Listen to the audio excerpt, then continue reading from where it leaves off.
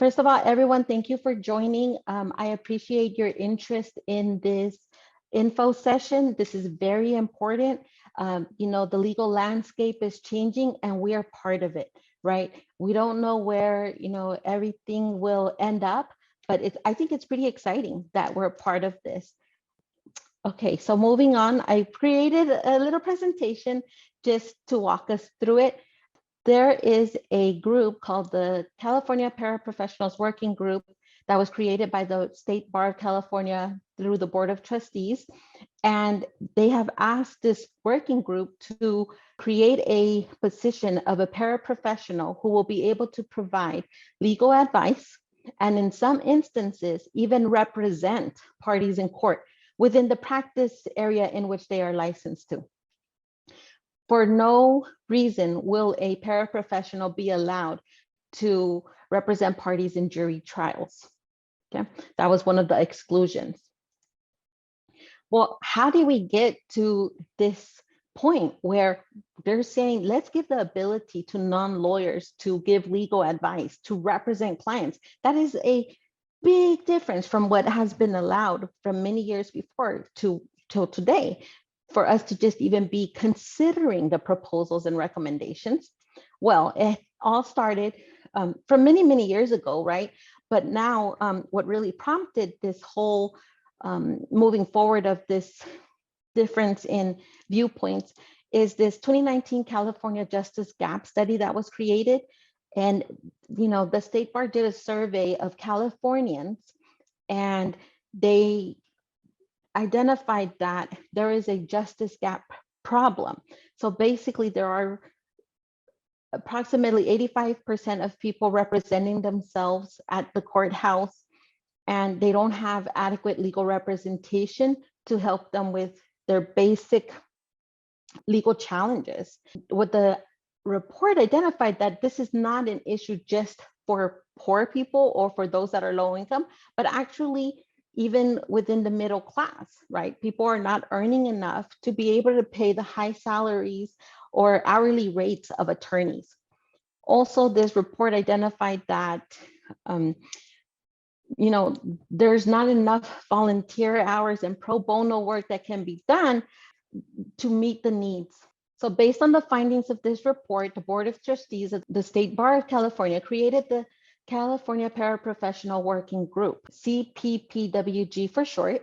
This working group was charged with developing recommendations for the creation of a paraprofessional licensure certification program. So all we're doing, and me as a working member of this working group, a couple of attorneys sat around the Zoom room and started identifying different recommendations that we could present to the Board of Trustees for creating this paraprofessional profession.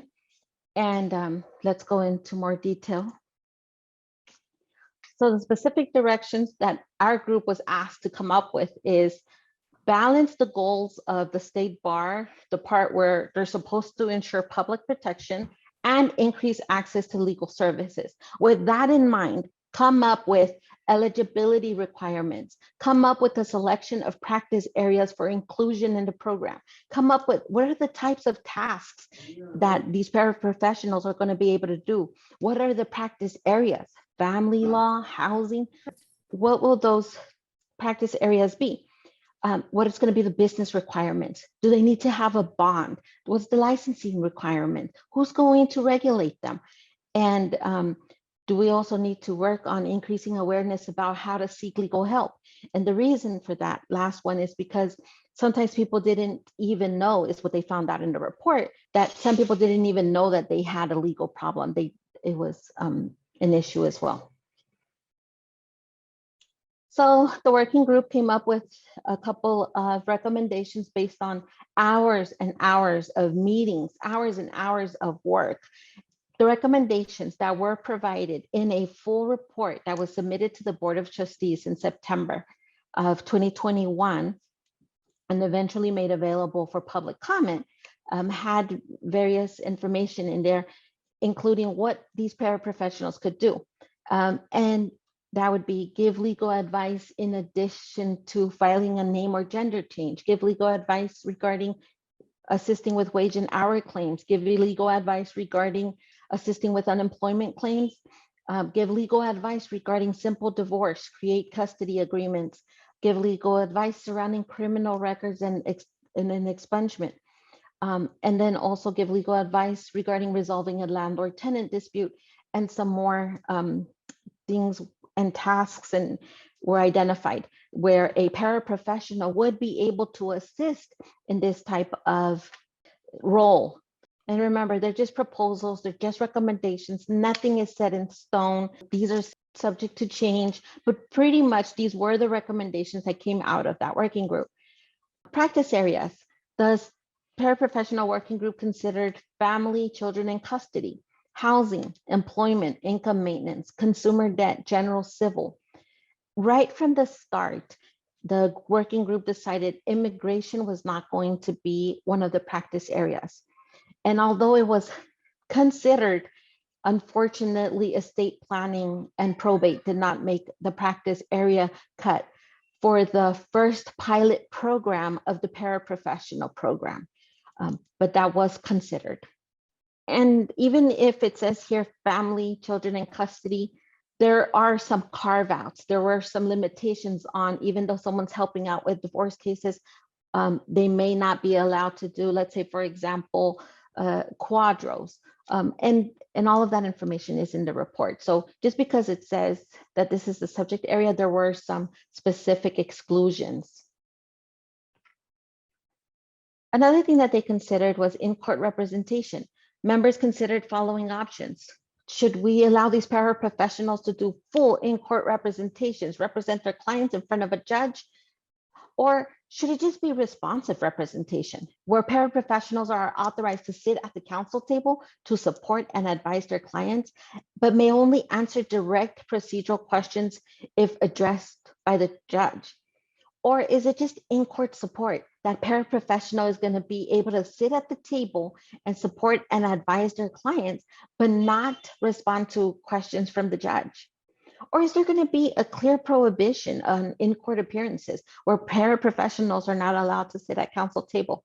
All of that was considered. And as you may be aware, attorneys were not happy with this, not happy with this at all. Attorneys want to be the only persons in the courtroom.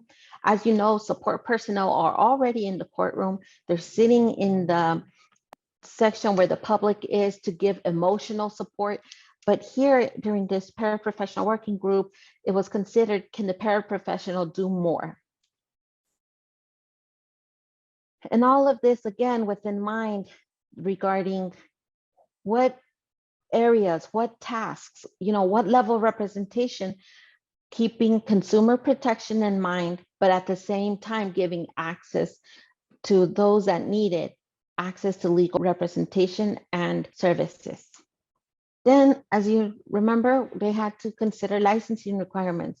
Who are we going to allow to be a paraprofessional?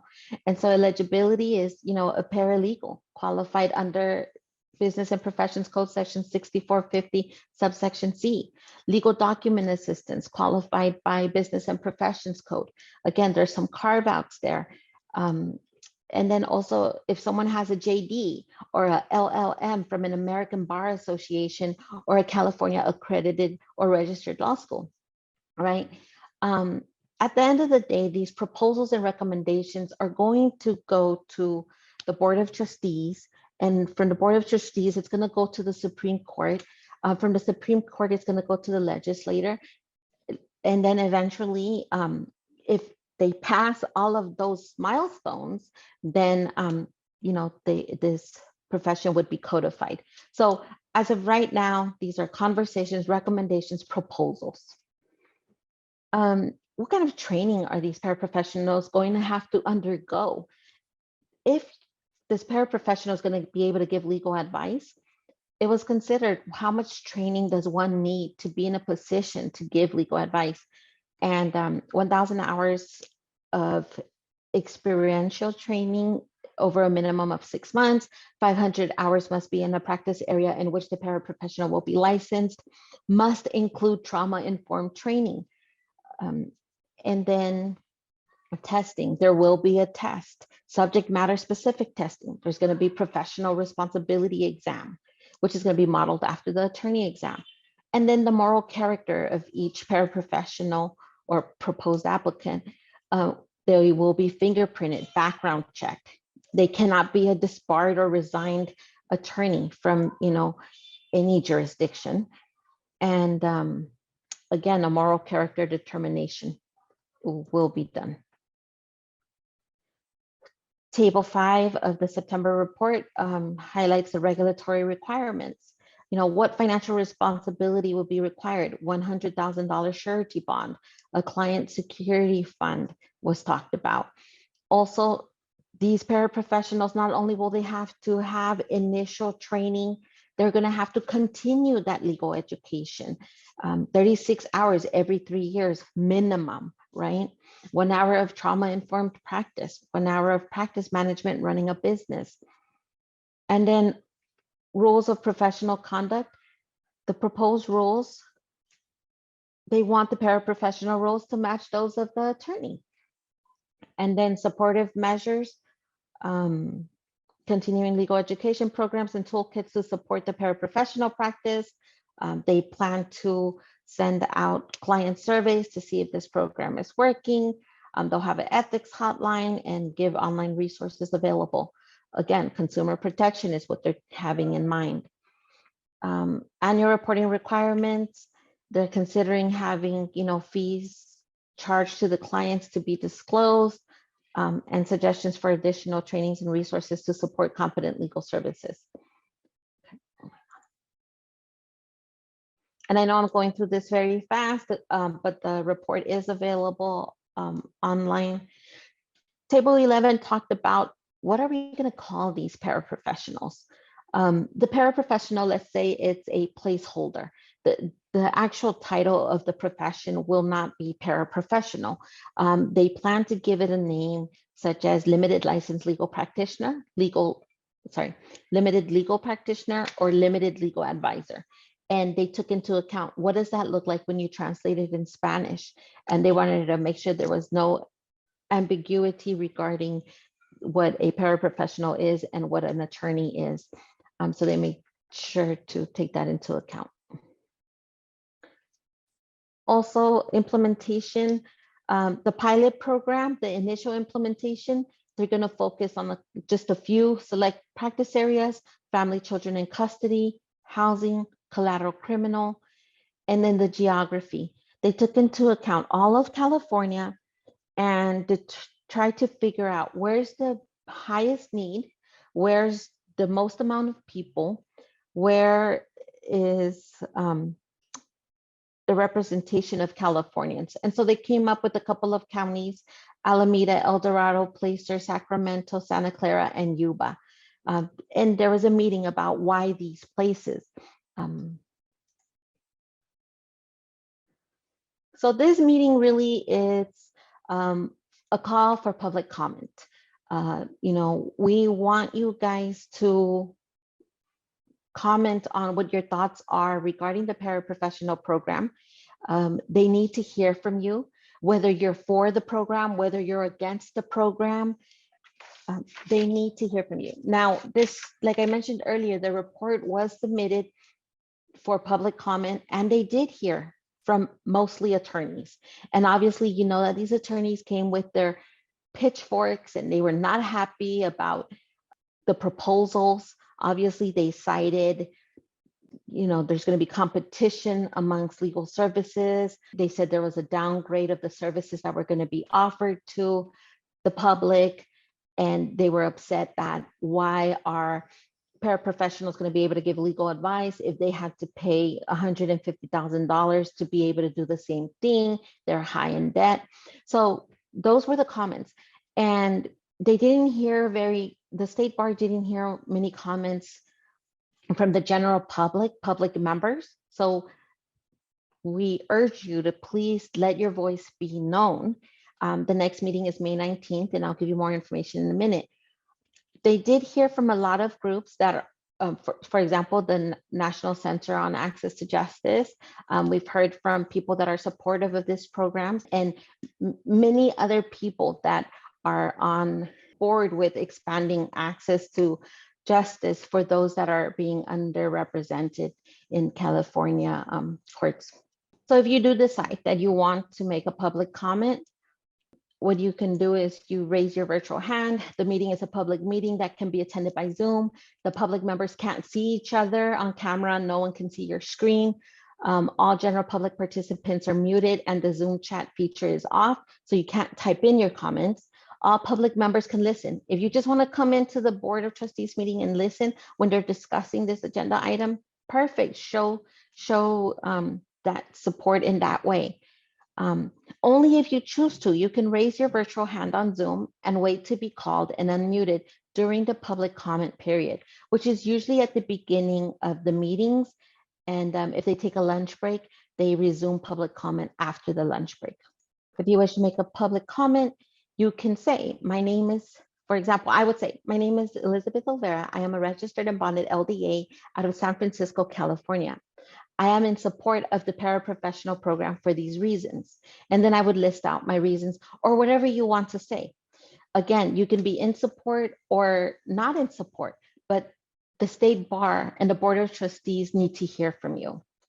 If you are a registered legal document assistant, and if you have clients that are members of the public that want to talk about how you help them, now would be a good time to do that as well. They can log in and give their public comment. The next meeting is May 19th through May 20th for the Board of Trustees. It's my understanding that on May 20th, on the agenda during the miscellaneous section, they will be discussing the paraprofessional program and those recommendations and amendments to those recommendations where public comment would be taken. So the working group prepared its report. It gave its recommendations, put it in writing. That was September 2021. They told the public to give comments on that. Over 1,500 comments were received from various commenters. And then the working group was then tasked to decide which of its recommendations, if any, did it want to modify based on the comments received prior to January 12th, 2022. And then we had further meetings, March 4th and April 20th. And those videos are available on YouTube under the Cal Bar California YouTube page, if you wanted to hear about those more in depth. So the State Bar's March 4th memo indicated that the staff of the State Bar recommends that the working group take the following action. Vote to modify the recommendations, Rule 5.4, to eliminate the ability of lawyers and paraprofessionals to co-own law firms. Rule 151, to eliminate the ability of lawyers and paraprofessionals to share fees. And in-court representation to modify to reflect responsive representation only and apply to all practice areas, and fee caps to determine if there should be fee caps wherever feasible. So based on the comments, this is what people had the most issues with. What do you mean that paraprofessionals are going to be able to join lawyers and share fees? And what do you mean that you're not going to put a fee cap on the price? So all of that was considered. And so then now we're talking about the amendments. We had those meetings, hours and hours of meetings, hours and hours of hard work from State Bar staff. And the working group members voted on it based on information that they've heard from experts, that they've heard from the general public, that they've heard from groups, including some legal aid, including some access to justice organizations.